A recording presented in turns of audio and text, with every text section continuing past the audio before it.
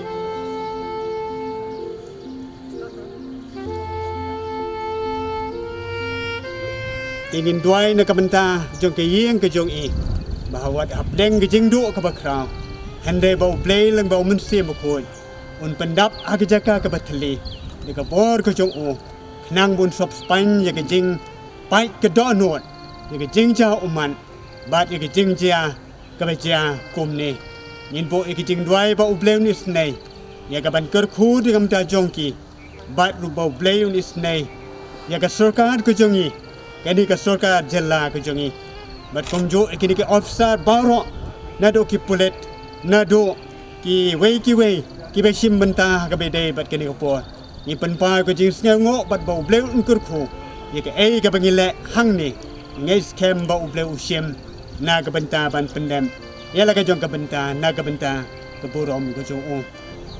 We have gathered here in God's presence to remember the life of Dr. John L. Sailo Rintathiang and to commend his eternal spirit unto the gracious care of our Lord and our Savior, Jesus Christ. We come together in grief, acknowledging our human loss, but we also come in hope, acknowledging the resurrection unto eternal life through Jesus Christ our Lord. May God grant the bereaved family grace that in their pain they might find comfort, in their sorrow they might find hope, and even in the midst of death that they might find resurrection. Above all, he was a man who believed in Jesus Christ, and he expressed his faith through his life's work in serving the sick and the suffering in society. And now our dear Dr. John Silo is gone. He is no more. Not many people can attend his funeral because of the present restrictions, although all our thoughts and our prayers are with the bereaved family. You have gone ahead, Dr. Silo, and you are now safe in the arms of Jesus. All of us gathered here and your family members, we too will follow you someday, and we will rejoice in the presence of God for all of eternity. Yes, there are very few mourners here at your funeral, very few people here at your graveside, Dr. Silo, but the angelic host that has already welcomed you into heaven, into the very presence of God, far exceeds whatever tribute and honor we could ever offer you here on earth. We remember you with love, and we shall always support and pray for the family that you have left behind and the great hospital that you have built. Go in peace, dear and beloved physician, for the glory of God. Amen.